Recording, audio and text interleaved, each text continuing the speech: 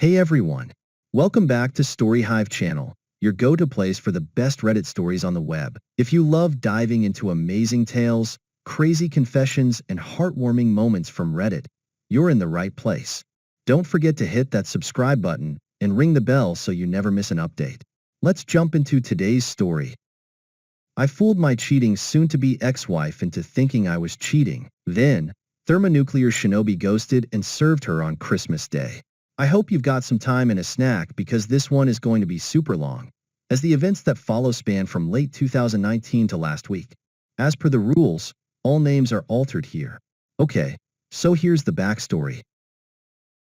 Mason, my soon-to-be ex-wife, is my high school sweetheart. We started dating in 1992 when we were both 17. We're both 45 now and have been together ever since. She's the only woman I've ever been with in my entire life. We married 5 years later at 22, fresh out of college. A year later, we had our first of 2 children, both boys, 22 and 17. I gave her 23 years of my life, built her a house, and worked my ass off to give her the life she wanted. Sure, we had rough patches, but what marriage doesn't? Even in the worst of times, we found a way to pull through and come out the other side better, which made the discovery of her affair that much more jarring. Flashback to March 2020, when I first got the feeling something was off. For a good 2 months prior, we were in a funk.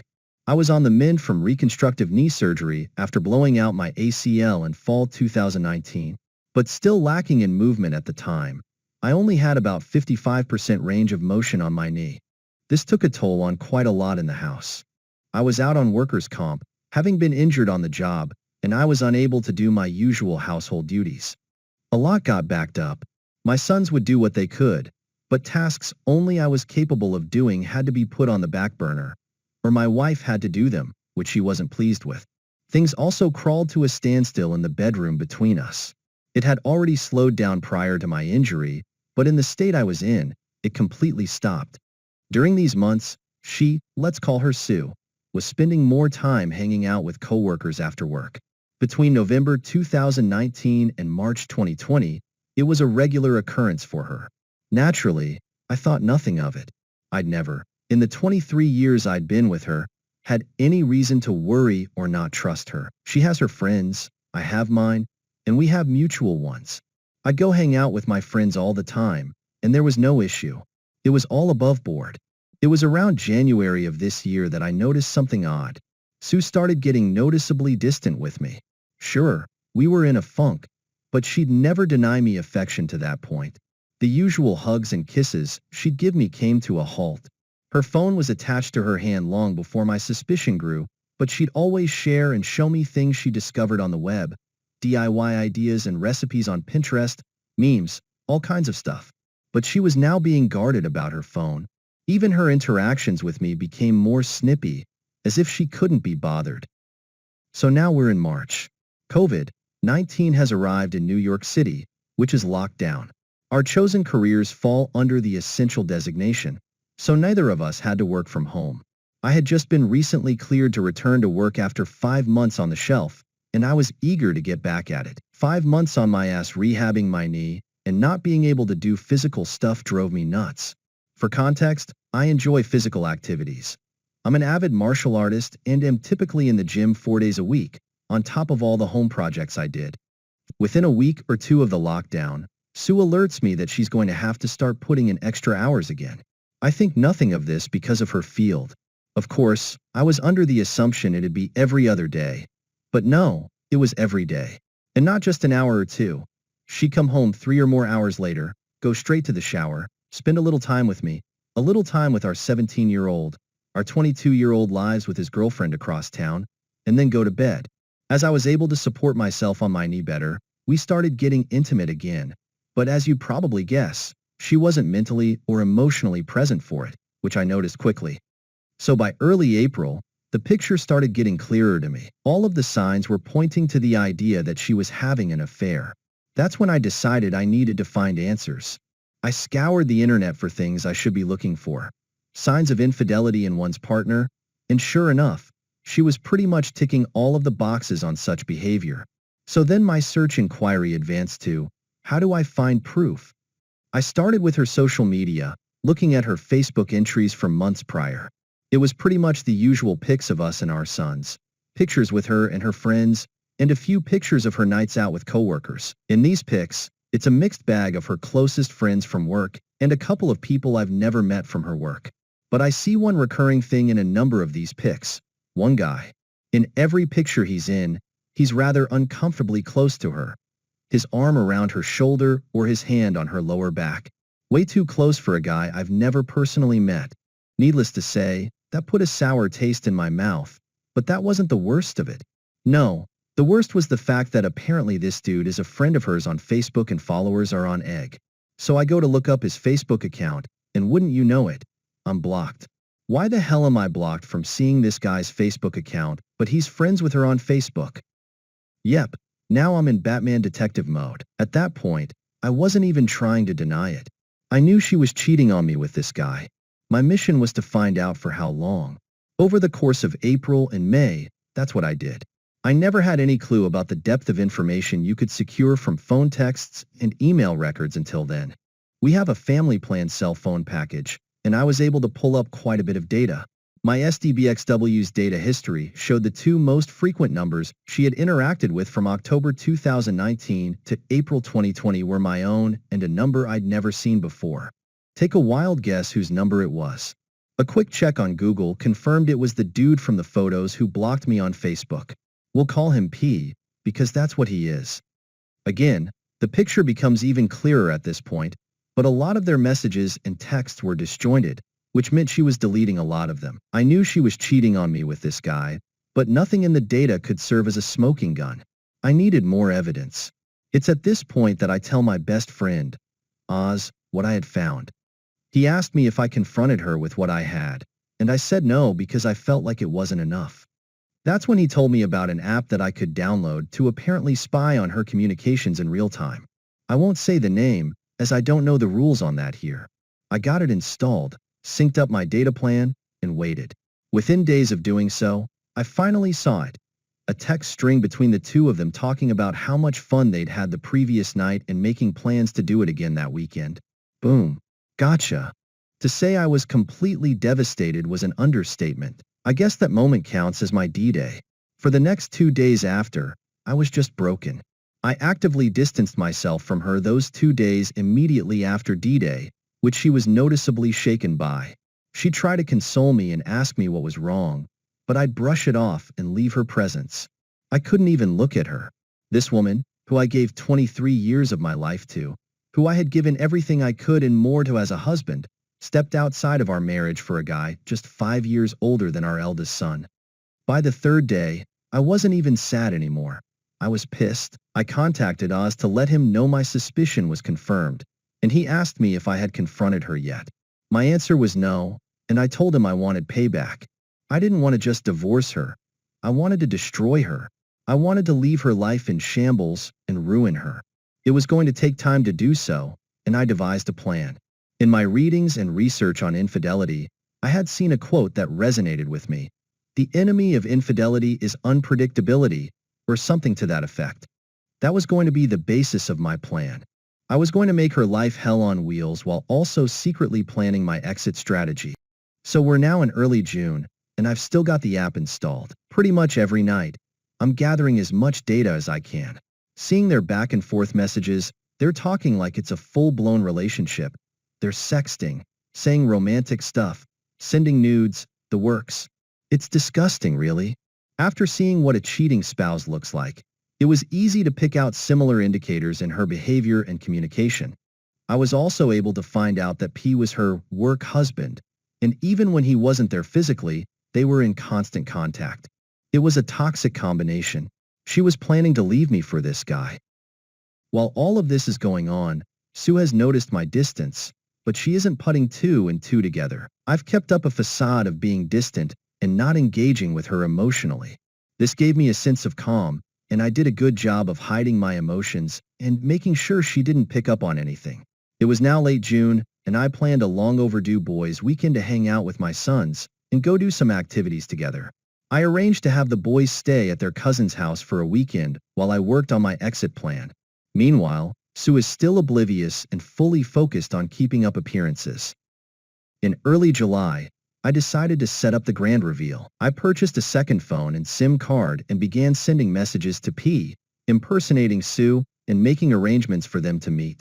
I did my best to emulate Sue's texting style and communicate in a way that made sense for her behavior. By this time, I had compiled a lot of evidence. Sue never suspected anything. She was too deep into her deceit to realize I was onto her. Christmas Day 2020 arrived. I had been preparing for this day for months. I made sure that everything was perfectly timed. I planned a full day of activities to keep Sue distracted, with her believing it was going to be a nice family holiday. Little did she know that I had arranged for P to come to our house later that evening, under the guise of visiting for a friendly holiday gathering. I set up cameras throughout the house, ensuring everything was captured. I wanted her to have no doubt about the depth of her betrayal. Later in the day, as the evening approached, I had the boys take off to their cousin's house under the pretense of hanging out with them for a bit longer. Sue and I were having a nice dinner, and I acted completely normal. P arrived, and I watched from a hidden location as Sue welcomed him into our home. The cameras recorded everything. After dinner, when the time was right, I walked into the room where Sue and P were talking and dropped the bombshell. The look on her face was priceless when she realized what was happening. She was floored. The entire event was recorded, and I made sure to capture every bit of the shock and betrayal. I then handed her the divorce papers and left her with the choice of either facing the truth or dealing with the legal consequences of her actions. The fallout was epic. Sue was devastated, P was caught off guard, and the family dynamics were thrown into chaos. I didn't plan for any of this to be easy, and it wasn't. But I got my revenge, and I made sure she would never forget the consequences of her betrayal. My life has since moved on. I've focused on rebuilding and finding a new path forward, but the satisfaction of having taken control and served justice made the whole ordeal worth it. The next day, I woke up and checked my handy-dandy spy app. For the first time in weeks, she responded. PA, the dude who went full Nayla, professed his love for her. He said she was wasting her time trying to rekindle a flame in me that had died, that she'd been in a prison with me for 23 years and deserved to experience the love and affection of a man who would cherish her. Mind you, this dude is 27 years old, 5 years older than our oldest son, and he's that sprung on a 45-year-old married mother of 2. What a great, high-quality guy she chose to blow up our marriage and destroy the home we'd built. Pretty boy with a soft side, huh, she responded, saying pretty much the same thing she said when last they talked, that she loves him and enjoyed their time together, but she can't lose me. I'm still the love of her life, but she'll always have a place for him in her heart. They can still be friends if he chooses, but the physical relationship between them is over. He begged her to see him one last time that week, and yep, you guessed it. She said yes. One more for the road, right? Who am I to say anything? That's what I did to her the previous night. Of course, I added all of that to the archive I'd compiled. December 4th was when Phase 3, the final phase of Operation Shinobi Ghost, started. The divorce papers were in hand. My new place of residence was set up, and now I had to slowly start moving my stuff out of the house. But first, I had to break the news to my boy. I called my oldest to the house that Friday night, had them join me in my office, and laid everything on the table. Not the specifics, but that their mother had been cheating on me for over a year and that I was going to be filing for divorce soon. My 17-year-old was especially shaken up by this because he had recently experienced his first taste of infidelity. Yep, his first girlfriend had cheated on him just 4 months prior. Seeing his heart broken a second time at the idea that his own mother was capable of doing this hit him hard. My oldest took it a lot better and suggested taking his brother in to live with him until this blows over, to which I agreed. We packed up some of his stuff, and he asked me if I was going to be okay. I told him, yes, son, I'm going to be all right, and so are you.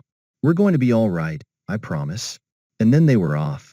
The hardest part was now over, and it was time to arm the nukes.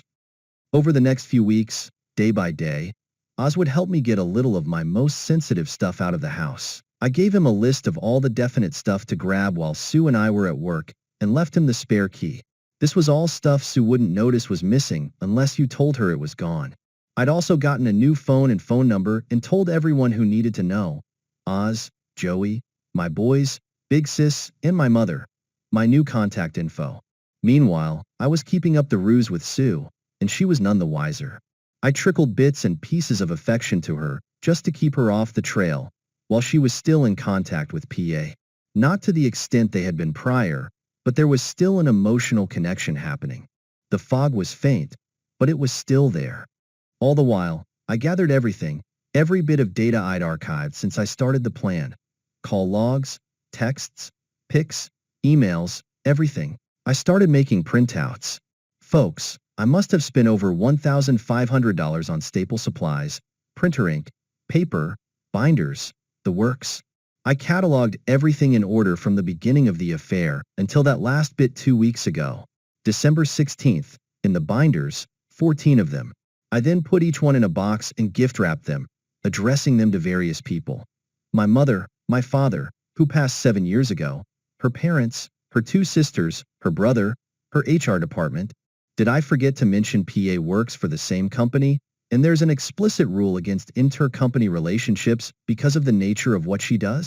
Several of her friends, PA's parents, lugged all of those boxes to the post office and shipped them out. December 16th, ETA for delivery. December 22nd to 24th. Perfect. So we're now at Christmas Eve. Sue comes home around the usual time. I don't know if she'd seen PA.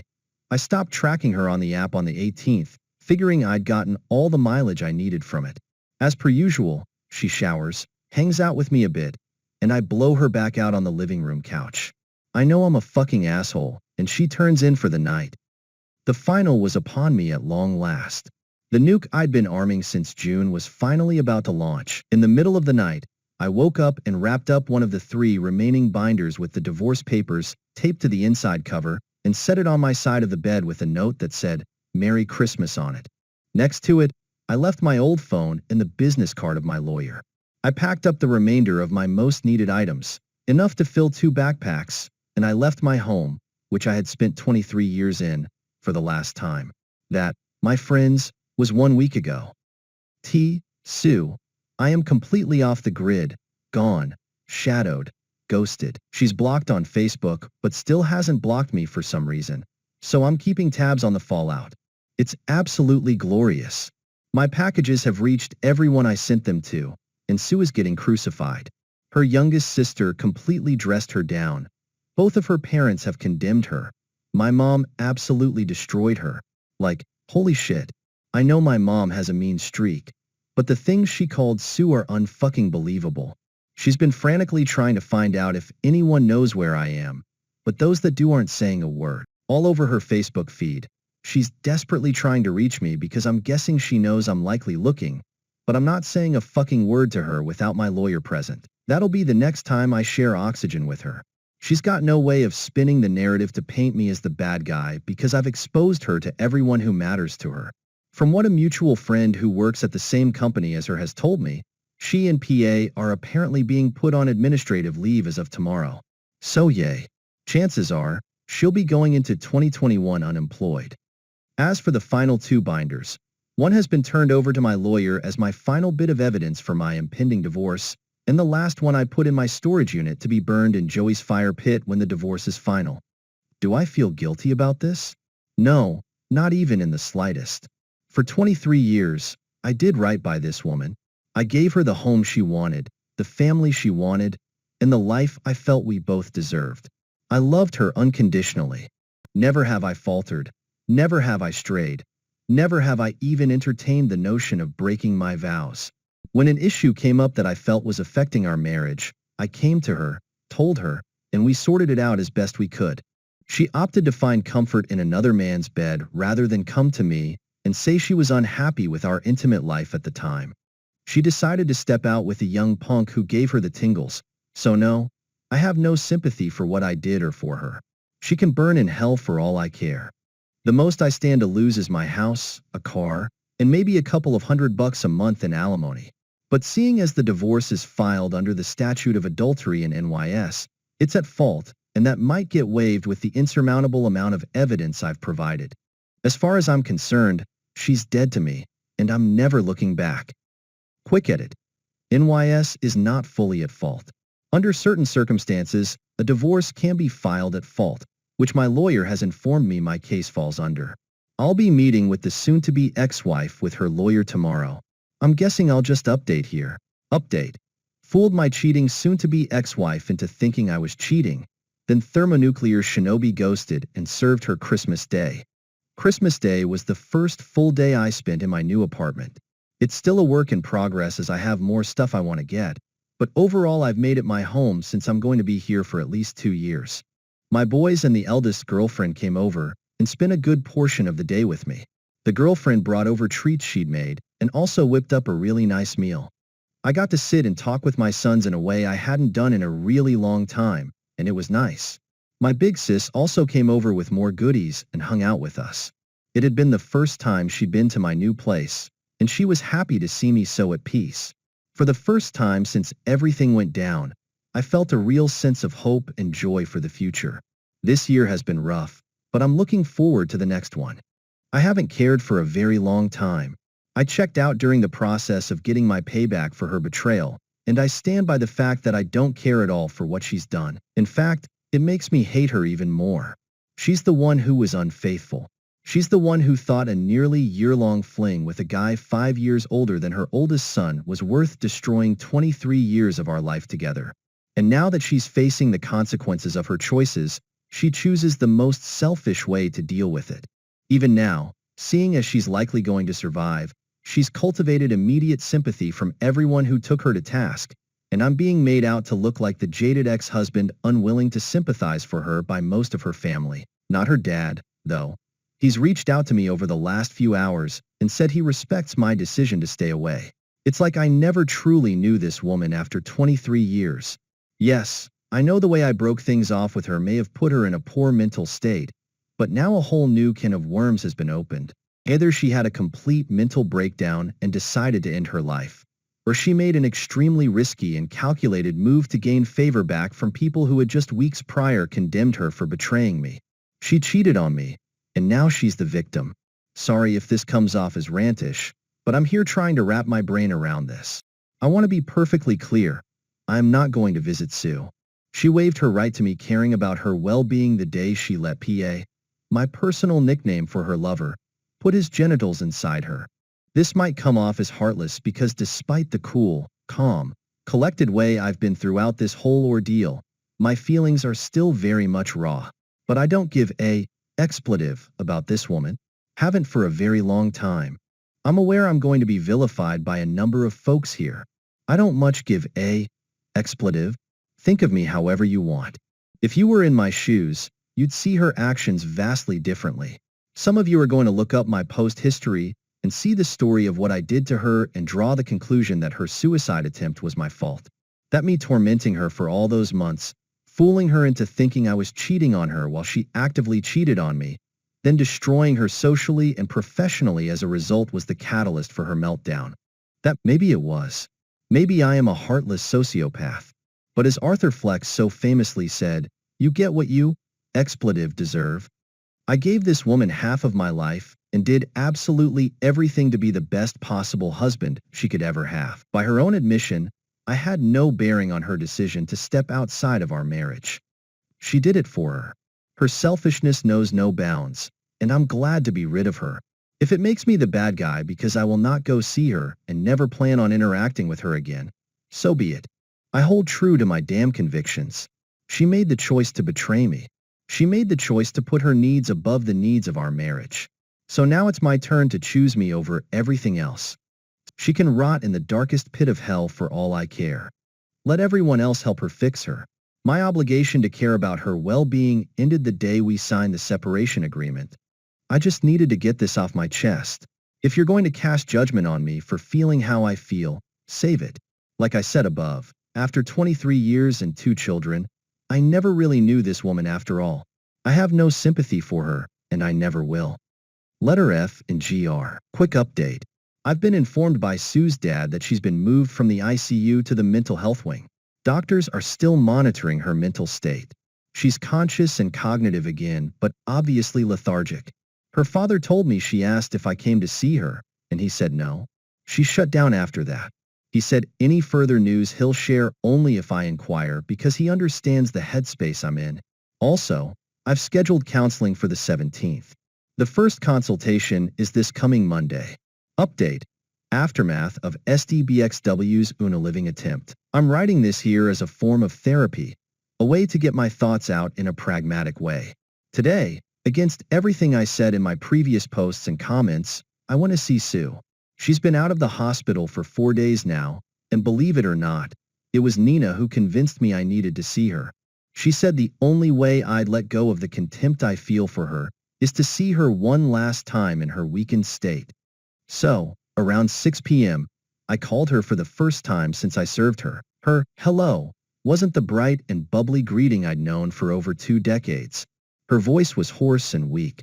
The moment she heard my voice, she immediately began crying. It took almost 3 minutes for her to regain composure enough to talk. Before she could say anything, I told her I was coming to see her by 8 p.m., and she agreed. It's about an hour to an hour and a half from Co-op City, where my new apartment is, to my old home. I grabbed a bite to eat from the local pizzeria and started on my way there. I arrived around 7:47 p.m., and she was already at the door before I pulled into the driveway. As I came near, I could see the toll her actions had taken on her. She was noticeably thinner, the unhealthy kind of thin. As a whole, she looked like the Walking Dead. The first thing she did was try to come in for a hug, and I stopped her. She got the hint that I wasn't there to console her and backed off immediately. We went inside and sat in the living room. Almost immediately, Sue told me she wanted to come clean about everything. She said she couldn't live with the guilt of what she did to me and the boys. From the day we signed the separation agreement, she went into a downward spiral of guilt and agony that led to her suicide attempt. Her friend, the one who called me from the hospital, noticed her behavior and started coming over to check in on her. She said the doctors told her that had she not been found just an hour more, she would have succeeded. She admitted to failing me as a wife, that her falling for PA was wrong, and that her choice not to pull back when she knew she was getting too deep was also wrong.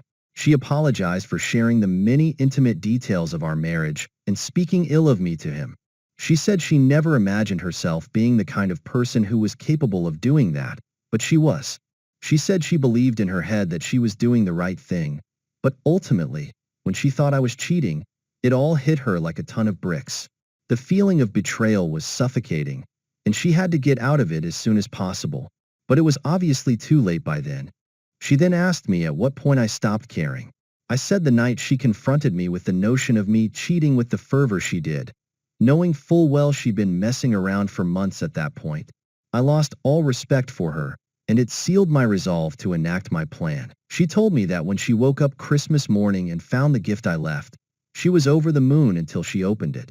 When she realized what it was and how much I had known, she literally went mad and hasn't set foot in our bedroom since. She was frantically trying to find out if anyone knew where I was, but when she went on Facebook to ask, she started getting thrashed by friends and family about what she had done but had no idea how everyone knew so fast. That's when I told her about the other binders. The look of shock on her face was priceless. It all dawned on her that I did this to her. Everything she's gone through, her friends turning on her, her family shaming her, and yes, even losing her job, was my doing. She just fell silent and shut down after that. I took the time to use the bathroom, and it was in shambles. The mirror was broken, her skincare products were all over the place, and the tub looked like it hadn't been cleaned since they took her to the hospital. When I came back out to the living room, she had her face in her hands, weeping. I can honestly say I felt nothing. No more anger, no more rage, and absolutely not a shred of pity. They say the opposite of love is indifference. Looking at her, that's all I felt. When she looked up at me and said, "I messed everything up. I ruined us, and I have no idea what to do. I can't do this by myself."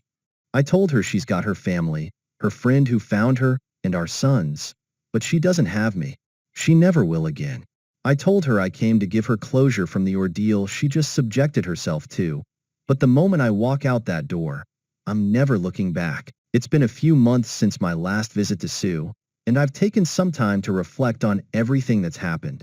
The initial emotional turmoil has settled, and while the pain of betrayal hasn't fully faded, I'm finding a way forward. Sue has been making an effort to rebuild her life, though I've heard mixed reports. She's trying to reconnect with her family and friends, and she's been attending therapy sessions regularly. As for me, I've been focusing on my own healing and growth. I've started new routines and set goals that are just for me, which has been therapeutic.